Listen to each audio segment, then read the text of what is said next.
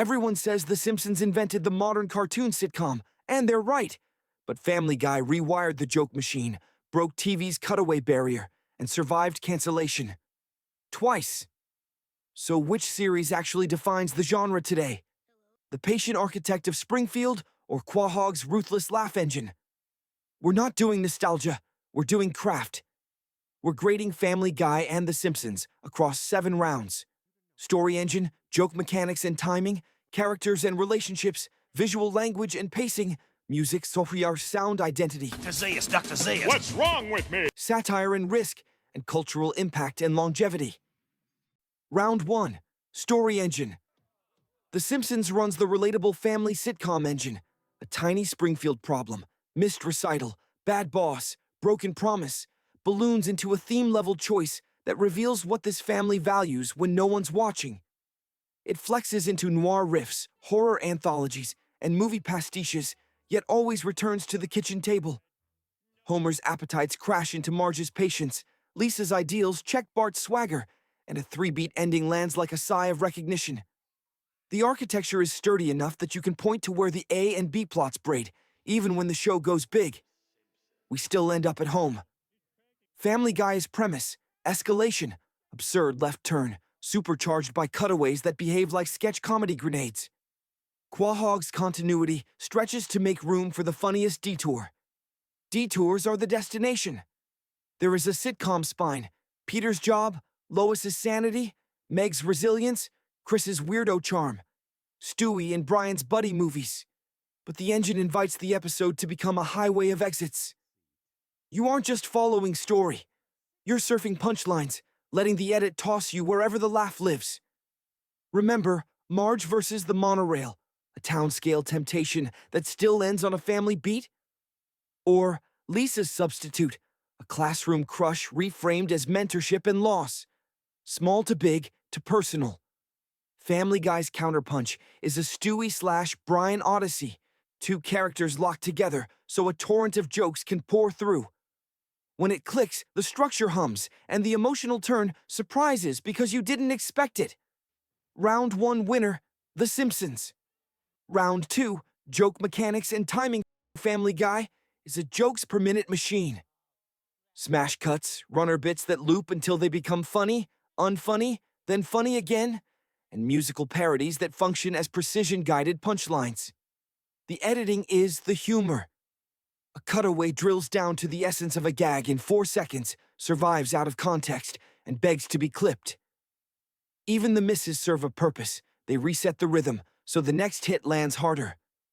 Quahog was built for the attention economy before the platforms caught up. The Simpsons prioritizes character-first wit. You get sign gags that reward freeze frames, cheerful cruelty wrapped in irony, and lines that migrate into daily speech. Timing is measured. Homer waits half a second longer than expected. Marge underplays a truth. Lisa folds a moral into a deadpan. It's not less funny, it's a slower release capsule. You leave with quotes, not just bits. The joke becomes part of your vocabulary. That's why people still say dough without thinking. It sacrifices some coherence for laugh density, and the math often pays off, especially for casual viewers and highlight reels. Family Guy's cutaways aim for the image your brain didn't know it wanted. Stack 3 in a minute, and you get a rhythm loop that dares you not to laugh. The Simpsons counters with signage, headlines, and Lisa or Moe throwaways you catch on rewatch. The show hides jokes in the walls. Round 2, winner, Family Guy. If you love animation, deep dives like this, please subscribe. I post 2 breakdowns a week. Next up, Gravity Falls vs. Phineas and Ferb. Back to round 3. Round 3, characters and relationships. The Simpsons remains emotionally readable across generations. Homer's selfishness is elastic, but tethered to love. Marge's patience has a boundary and a backbone. Lisa's idealism survives repeated collisions with apathy. She adapts without surrendering the core. Bart's mischief hides loyalty and curiosity. He fails upward in ways that keep him human. The town acts like a chorus. Flanders' faith, Skinner's thwarted dignity, Moe's loneliness, each voice amplifying the family's weekly lesson. Episodes end with earned microhugs, not syrup, and that tone sustains rewatchability. You laugh and you care. Family Guy embraces elastic caricature in service of bigger jokes. Peter is a human cannonball whose conscience flickers for comic timing. Lois toggles from saint to chaos accomplice. The bit decides. Meg's perpetual suffering is a meta-joke the show knowingly breaks for catharsis when it wants the room to gasp. Chris is the unpredictable wild card. The most consistent relationship spine is Stewie and Brian. Road movies, bottle episodes, and startling tenderness threaded between brutal punchlines. The elasticity buys laughs, but it can undercut pathos when the reset button hits too hard. Consider "And Maggie Makes Three," planting "Do It For Her" as a joke that returns as a gut punch. Or Lisa's Wedding, a bold peek forward that still feels honest. Family Guy's Brian and Stewie turn cynicism into confession. The heart hits harder because we expect none. Then the show happily snaps back to chaos. That volatility is the brand. You can show a 10-year-old and a 40-year-old the same episode, and both will read the feeling instantly. That universality is a superpower. Round 3 winner, The Simpsons. Score: Simpsons 2. Family Guy 1. Round 4, visual language and pacing. The Simpsons is classically shot and deceptively exacting. Clean geography, readable blocking, and space for background jokes to bloom. When it flexes, Treehouse of Horror, film pastiches. It's for craft rather than shock, and it still feels like Springfield. The camera respects the line between parody and pastiche, letting the script do the lurid work. Family Guy edits like a drummer, staccato setups, smash-cut surprises, deadpan holds that weaponize silence, then a cymbal crash of absurdity. The cutaway became grammar. Television and internet comedy borrowed the cadence wholesale. Visually simple character designs offload weight onto timing and writing, which is a deliberate stylistic bet. Keep drawings readable so the edit can go feral. Both shows are influential, but pacing as identity is where Family Guy leaves fingerprints on the entire medium, from sketch channels to TikTok timing. You can hear the edit without seeing the frame. Round 4. Winner, Family Guy. Score: 2-2. Round 5. Music and sound identity. The Simpsons owns oral iconography. Danny Elfman's theme is pop culture DNA.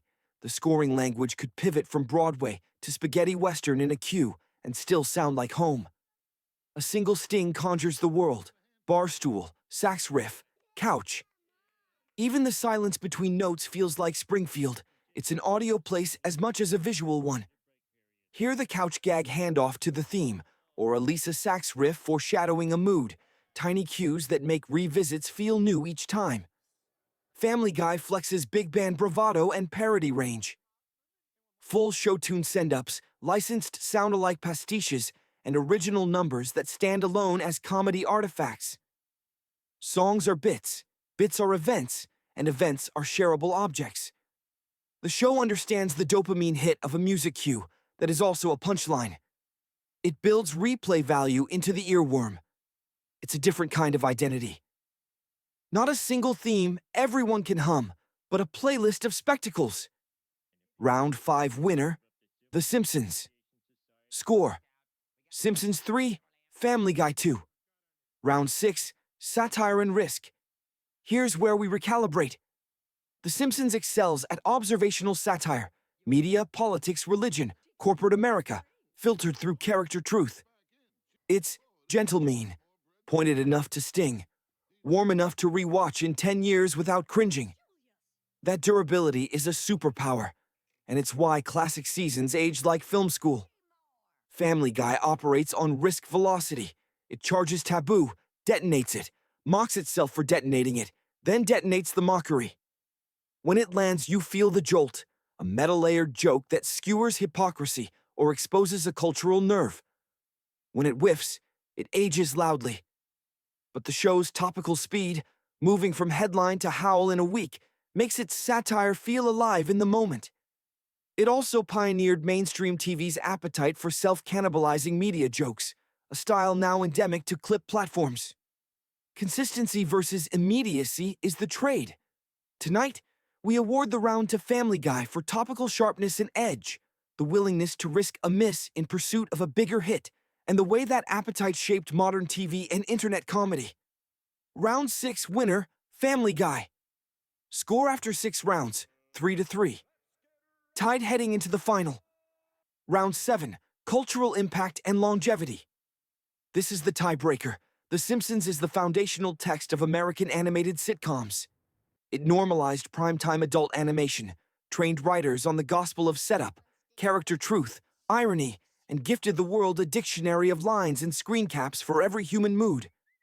Its meme life has eras, from Homer into the bushes to steamed hams recompositions, constantly renewing itself.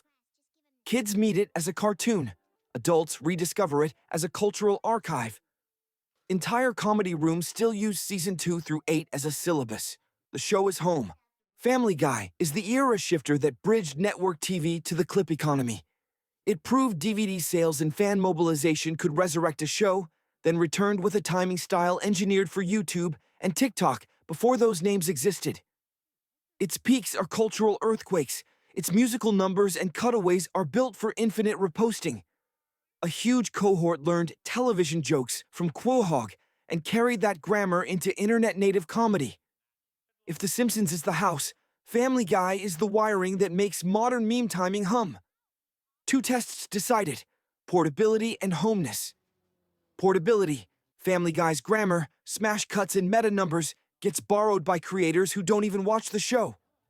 Homeness: The Simpsons is the comfort watch that still works for 3 generations at once. Drop into a random season, and you'll still find a moment that feels like a postcard from your own life. One is borrowed everywhere. The other is lived everywhere. Who gets the crown today? For bedrock influence plus staying power across 3 decades, The Simpsons takes it by a single round. The house that Springfield built remains the genre's foundation. Family Guy etched new blueprints on the walls and taught the internet how to keep time. Both matter. One wins. Round 7.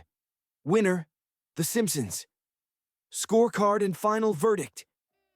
The Simpsons wins. Story engine, characters and relationships, music and sound identity, and last but not least, cultural impact and longevity. 4 rounds in total. Family Guy wins joke mechanics and timing, visual language and pacing, and round 6, satire and risk. 3 rounds. Final score, 4-3. Tie through 6, decided at the buzzer. Verdict: The Simpsons keeps the crown, foundation, and endurance, while Family Guy remains the format hacker that shaped modern joke timing and clip culture. 2 titans, 2 legacies, 1 razor-thin win. Your turn. Who owns the crown for you? Family Guy or The Simpsons? And what is the reason of the winner for you? Drop your pick with a timestamp and why that beat still works today. I'm pinning the sharpest breakdown. Next up, Gravity Falls versus Phineas and Ferb, the ultimate showdown. Final verdict. If you had fun, please subscribe, tap the bell, and share this with friends, and we will see you in the next one.